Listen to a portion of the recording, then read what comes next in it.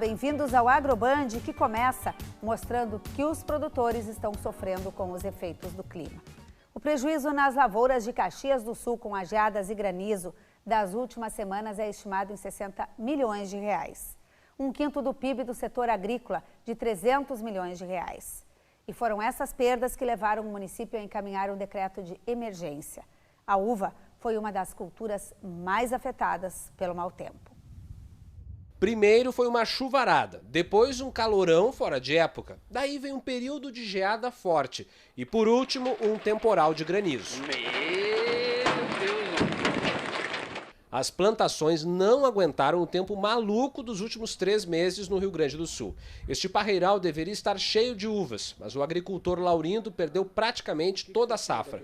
Prejuízo de 200 mil reais. Isso aqui é uma tristeza total, porque o ganho da gente é esse aqui, né? E significa um ano de dificuldade para o senhor, não? Mas Deus livre, total, né? Para amenizar os prejuízos, o ideal seria um pouco de sol e calor, o que ajudaria a recuperar as plantações. De longe, os pés de alface parecem bonitos, mas estão podres por excesso de umidade. Claudete perdeu metade da produção de hortaliças, que há 2 meses chegaram a ficar totalmente submersas. Quando tu acorda de manhã, tu sai para fora, que tu vê isso, cara, tu desanima, sabe? Porque ali são muitos meses da tua vida trabalhando, né?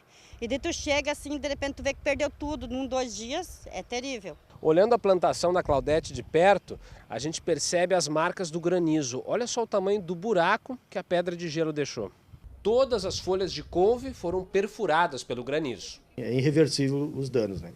Tanto para essa safra como para a safra futura também vai haver prejuízo, né? Inclusive já tem alguns municípios ali que já estão encaminhando o pedido para decreto de estado de emergência, né, em função dessas perdas, né? Apesar dos prejuízos, Claudete está plantando de novo e Laurindo já enxerga brotos novos nascendo nas parreiras.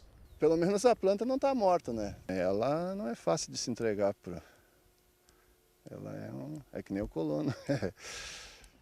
Tendo em vista a ocorrência de El Ninho com alta probabilidade de chuvas acima da normal climática durante a primavera, o Conselho Permanente de Agrometeorologia Aplicada do Rio Grande do Sul faz algumas recomendações aos produtores. Os arrozeiros devem ficar atentos para drenagem após a semeadura da lavoura.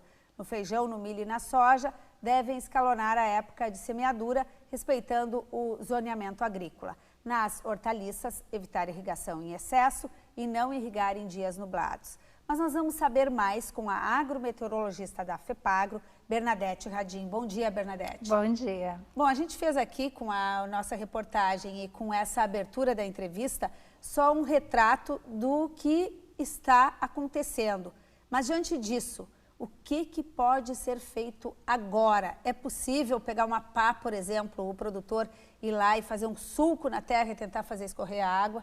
Olha, é difícil até responder essa questão, mas agora é muito difícil, dificilmente tem o que fazer neste momento. Os agricultores, os produtores têm que se preparar sempre com certa antecedência para quando ocorrem adversidades climáticas. Então, de uma maneira geral, os agricultores têm que trabalhar para melhor estruturar o solo, porque um dos nossos grandes problemas é a falta de infiltração de água no solo. Se houvesse uma infiltração adequada, não haveria uma... porque no momento que a água cai sobre o solo e ela infiltra, menos água vai por escoamento superficial, por exemplo. Se o solo está mal estruturado, essa água que cai sobre o solo tende a ter escoamento superficial, provocando muitas vezes vossorocas e levando esse solo mais fértil para os rios e causa também assoreamento desses rios. E vai ter enchente lá na frente depois. E aí vai ter enchente, ou seja, não são só os agricultores prejudicados, mas toda a população, principalmente a mais vulnerável que está próximo das margens dos rios. E tem como fazer uma barreira, por exemplo, para conter essa erosão no momento de tanta chuva como agora? Na verdade, sim. Há anos atrás se usava terraceamento.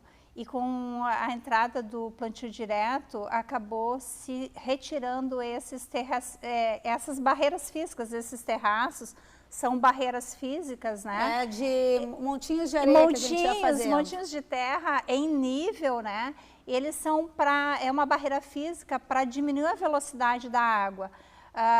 Então, agora, por exemplo, a gente tenta mostrar para os agricultores como é importante, de novo, ter esses terraços e os cultivos que hoje também muito se planta morro abaixo, que se plante em nível também. Atravessado. Atravessado. Quando é na vertical, você deixa uma brecha, deixa a entrelinha liberada para o escoamento da água.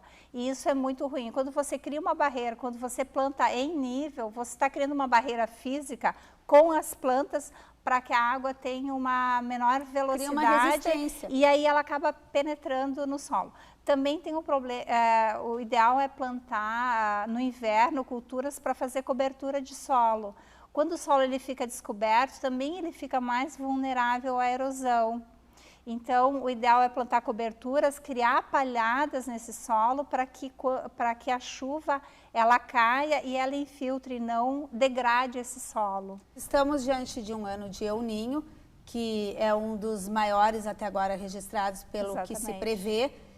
Mas o El Niño, ele é mais prejudicial à enchente, à chuva, à nossa produção, do que o Laninha, que traz seca? A gente está num período que se fala muito de uma forma negativa dessa chuva, né? Que está trazendo prejuízos e de fato traz prejuízos, principalmente para a fruticultura. Para as culturas de verão, todos os trabalhos apontam que quando há ocorrência de El Niño, o rendimento das culturas de verão, principalmente soja, milho, arroz, é maior.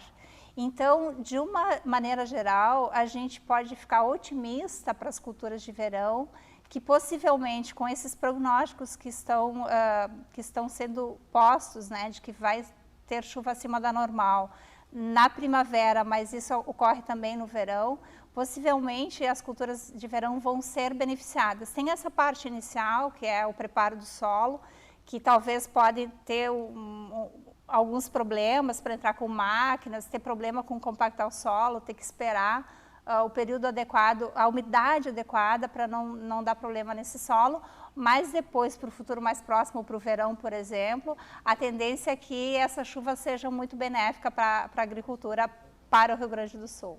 Laninha, que traz seca, é muito mais severo, mais sério, traz mais perdas para a produção do que o El Niño com a chuva? Com certeza. As perdas na lavoura com estiagens no estado, elas são muito superiores aos problemas, às perdas na lavoura com inundação, por exemplo. É muito desproporcional, é 90%, por exemplo, de perdas com estiagens e 8, 10% com inundação. Então, é bastante desproporcional. O nosso grande problema no estado do Rio Grande do Sul é quando há ocorrência de estiagens, que ocorrem principalmente no verão, né? Então, a gente tem que agora dar uma relaxada, esperar passar todo esse temporal, começar a deixar a água descer, contabilizar o prejuízo, mas não dá para dizer que é um momento desesperador. Não, principalmente para as culturas de grãos, não. É até bem otimista, de certa forma, né? Porque todos os trabalhos que a gente tem, sempre há exceções, né? Na verdade, teve o El Niño, que foi um El Niño fraco em 2004, 2005, nós tivemos uma estiagem, mas de uma maneira geral, todos os resultados apontam que quando tem El Niño, a chuva fica no verão em média 20% acima da média climática, né, da normal climática, e isso é benéfico. Porque a chuva normal, de uma maneira geral, ela não atende às necessidades hídricas das culturas de verão. Então, quando chove acima, é muito bom para essas culturas, essas necessidades hídricas são atendidas, e isso é muito bom e resulta em maiores rendimentos para os agricultores. Muito obrigada. A Bernadette Radin, agrometeorologista da FEPAGRO, a gente fica na torcida, então, para que esse quadro mude e que lá na frente nós tenhamos novamente uma boa safra de grãos aqui no Rio Grande do Sul.